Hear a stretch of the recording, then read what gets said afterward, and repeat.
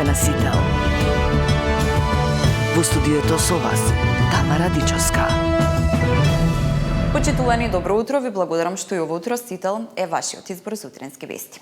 Синоќа граѓани од Чаир, предводени од градоначалникот Висар Ганију, пристигна пред садиштето на град Скопје, каде символично го исфрлија ѓубрето кое претходно го собира од улиците на Старата чаршија. Акцијата представуваше протест против, како што велат, негрижата на градските власти, блокадата со која се соочува општината во делот на одржување на јавната чистота. Градоначалничката Данила Арсовска дојде пред градот Скопје во видео на социјалните мрежи, го праша Ганију каде избегал откако со нелегалното возило го исфрлил ѓубрето пред објектот на град Скопје и му се закани со докази за дивоградбите во општина Чаир. Да го нема.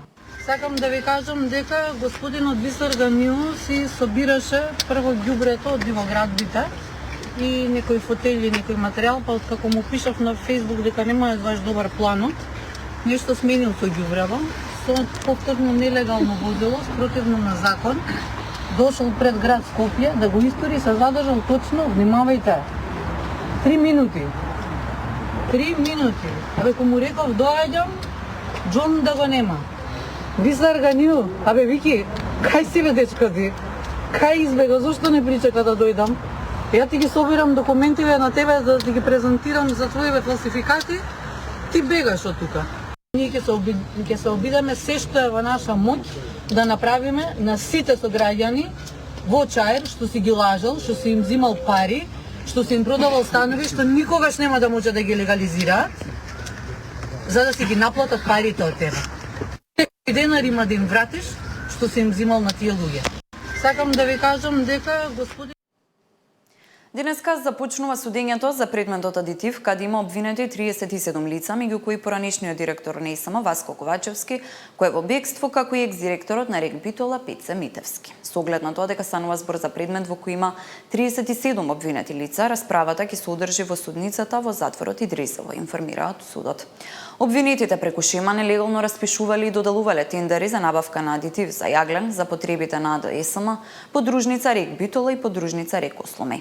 Обвинети се за злоупотреба на службената положба, перење пари, злоупотреба на постапка за јавен повик и други дела. Пред почетокот на судењето, пресконференција од судницата во Идризово ќе одржи директорот на управата за извршување санкции Александар Пандов.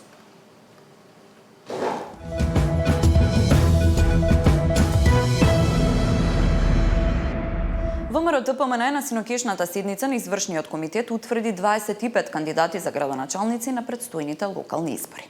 Во неколку скопски општини како Аеродром Бутел и Ѓорче Петров, актуелните градоначалници ќе се кандидираат за втор мандат.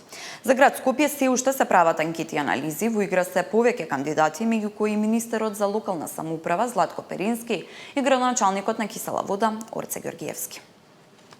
Аеродром Дејан Митевски, Бутел Дарко Костовски, Ѓорче Петров, Александар Стојковски, Чучер Сандево, Зоран Бајовски, Штип Иван Јорданов, Велес Марко Колев, Свети Николе Дејан Владев, Карбинци Виктор Паунов, Градско Киро Нацков, Кавадарци Митко Јанчев, Гевгелија Андон Сарамандов, Зелениково Коста Манески, Илинден Александар Ѓордиевски, Конче Златко Ристов, Делчево Иван Гоцевски, Ново село Ѓорѓи Божинов, Василево Славе Андонов, Босилово Ристо Манчев, Берово Петар Ружински, Петровец Борче Митевски, Битола Тони Коњановски, Охрид Кирил Пецаков, Вевчани Спасе Кочовски, Брвеница Јовици Лиевски, Јегуновце Димитар Костадиновски. Сите кандидати предложени од ВМРО-ДПМН водат 4, а во некои општини 5:1. Трајко Славевски е новиот гувернер на Народната банка на Македонија. Со 68 гласа за и 16 гласа против беше избран од пратениците да раководи со Народната банка во наредните 7 години.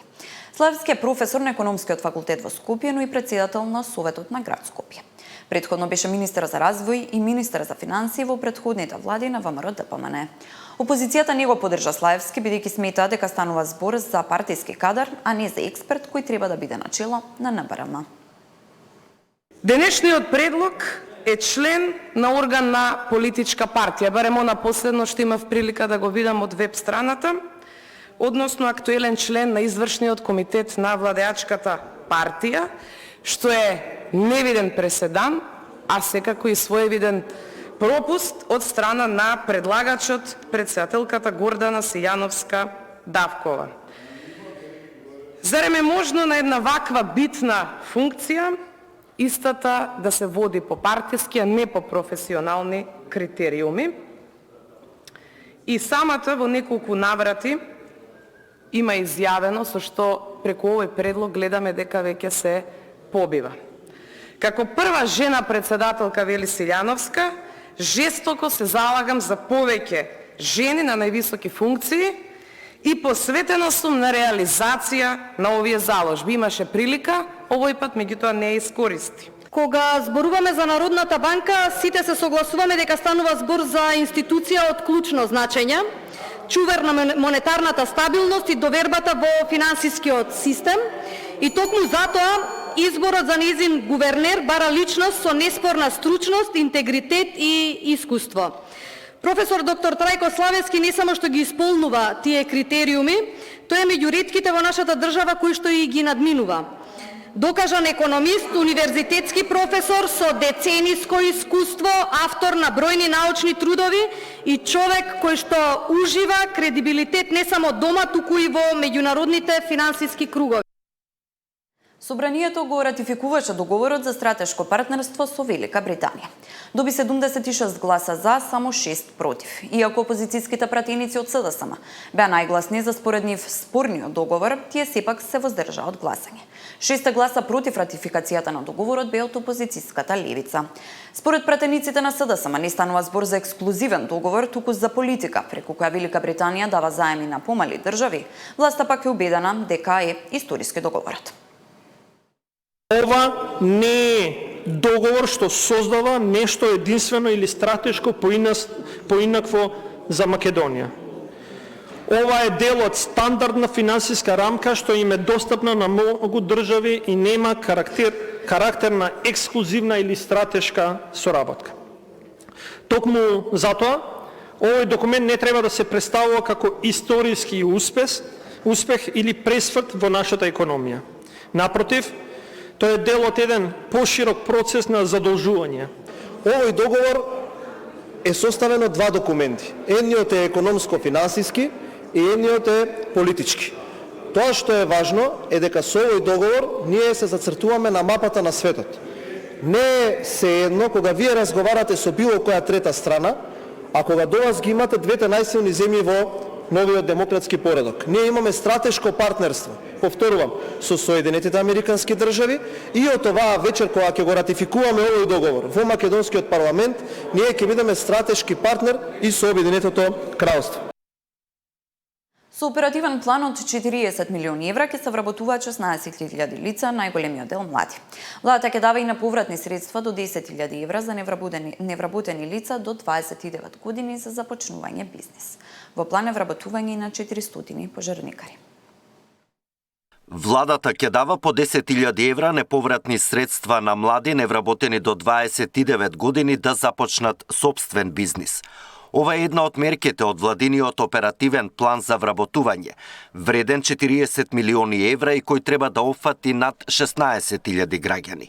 Годинава е планирано да се ангажираат и 400 потешко вработливи лица како пожарникари, кои ќе добиваат по 24.000 денари месечно и ќе се стават на располагање на општините доколку има потреба за справување со пожари. За прв пат државата ангажира толков број на лица кои ќе помагаат во справувањето со пожарите откако го затекнавме девастиран целиот систем на справување со пожарите.